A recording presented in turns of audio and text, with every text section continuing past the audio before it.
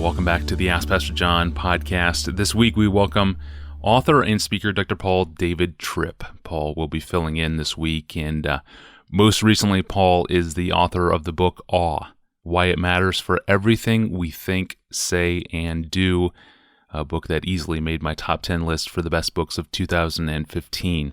And this week we're going to be talking about awe in the awesome glory of God, and how this awe in God really does relate to everything in life, specifically to our spiritual growth, our Bible intake, our ministry aims, and even to our news consumption, our anxieties, our weight loss attempts, our parenting methods, and our expectations of marriage and romantic love. All of those are topics for us this week, and it'll be a full week, so let's dive in. Paul, in the book you wrote this, quote, "Spiritual growth is about recapturing your awe." I want to read that again. Spiritual growth is about recapturing your awe. That is a great line. Envision us here. How does spiritual growth in the Christian life work dynamically? Well, I think the first thing that you need to understand is that God hardwired all human beings for awe.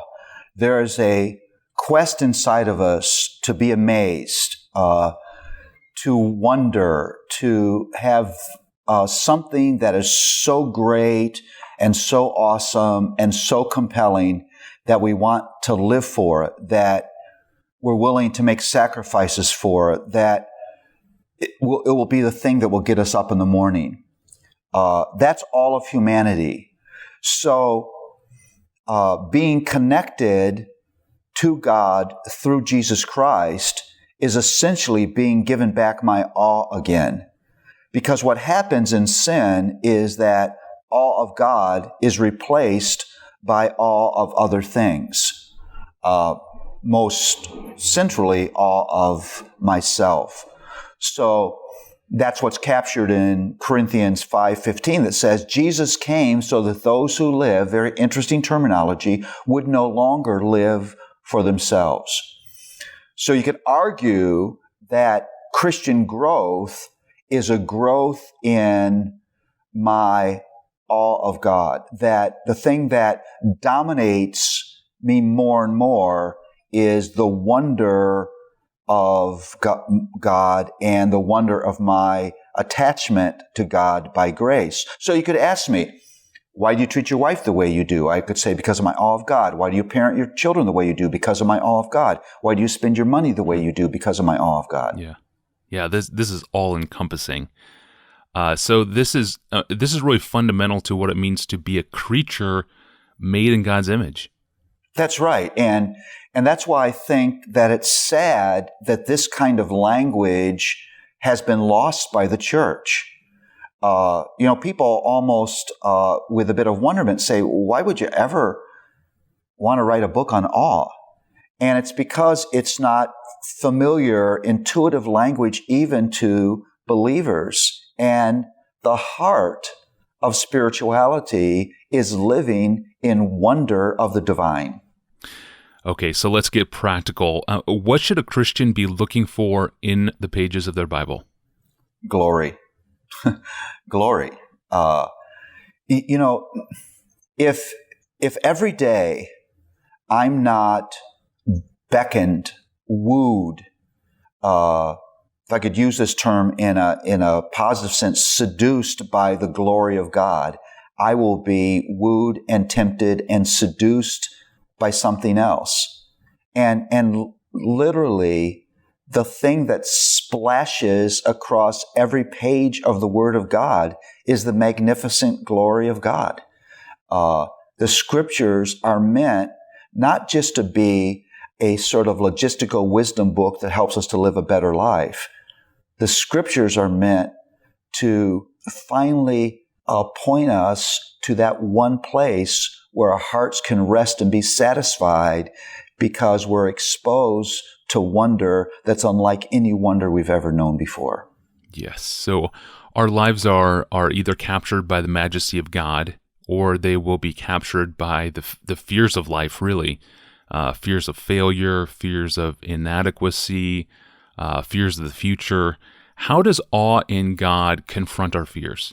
I've actually felt that this book that's come out at this time where we're all shocked by Paris and shocked by San Bernardino and shocked by millions of Syrian refugees that have no place to live and are risking death to find a new home, when it seems like the world is at fire, that this book has come out. And here's why I think that. It's an understanding that fear, horizontal fear, whether that's fear of acceptance or fear of my physical health or fear of a loss of a job or fear of terrorism, fear is only ever disarmed by fear. It's only the fear of something greater that disarms the fear of something lesser. You know where you see that? You see that in that great moment when Israel is in the valley of Elah and they're facing the Philistine army, and out that first day comes the great warrior Goliath and says, "Send me your best." And what the army of Israel does is they retreat back in their tents for 40 days and commiserate. Now there's an army that doesn't have a military problem.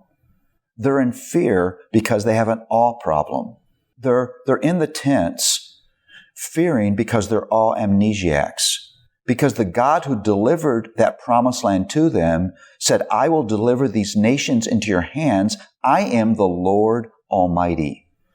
David shows up, and David doesn't have that awe problem because David says he delivered the lion and he delivered the bear and he will deliver this Philistine this day.